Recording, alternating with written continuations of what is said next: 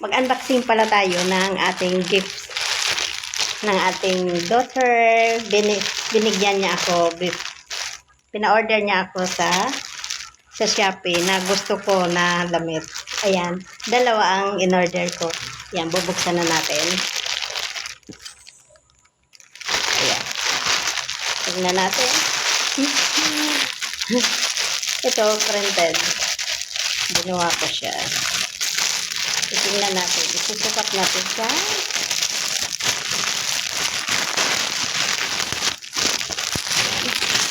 Charot! Tingnan natin kung kasya sa atin. Isusukat natin siya saglit. Ito na guys. Ayan. Okay ba guys? Kung gusto nyo guys, itatali natin siya dito. Tapos ganyan.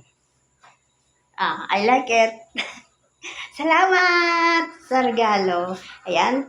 Ito naman, i-unbox natin. Isa pa ito. Dalawa po ang aking in-order. Kasi hindi kasi ako nabili ng aking damit eh. Binilan niya ako. Pinapili niya ako. Gusto ko. Ako ang napili ng gusto ko. Kaya ako nag-order. Ayan. Tingnan natin. Naka 2 hits tayo ngayon. Ito naman ang aking in-order na pangalawa. Ayan. Kung nakikita nyo guys. Iaano natin. Isusukat natin ulit siya. Maganda. Maganda di ba? Saglit lang. Susukat na ulit natin. Ayan guys. Ito na guys ang aking pangalawang regalo. Niregalo sa akin ni Joy. Pero ako ang nag-shop sa Shopee. Ayan. Ang laki ng bilbil ko guys. Kaya mga ganito ang gusto ko para hindi kita yung bilbil. Tapos gaganyan natin. Astig, thank you so much sa nag-effort na nagbigay sa akin ng gift.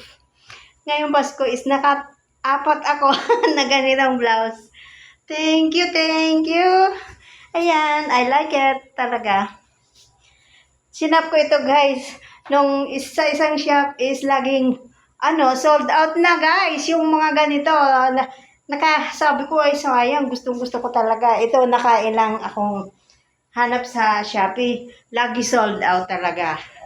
Ibig sabihin, mabinta talaga ito. Ayan, maganda. Bet ko talaga. Thank you.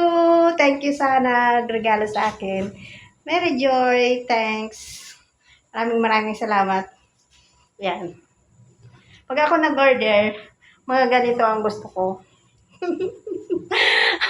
Charot! Bye-bye! Salamat sa panonood guys. Maraming salamat sa viewers ko, sa followers. Sa lahat ng sumusuporta sa akin. Thank you so much. Bye!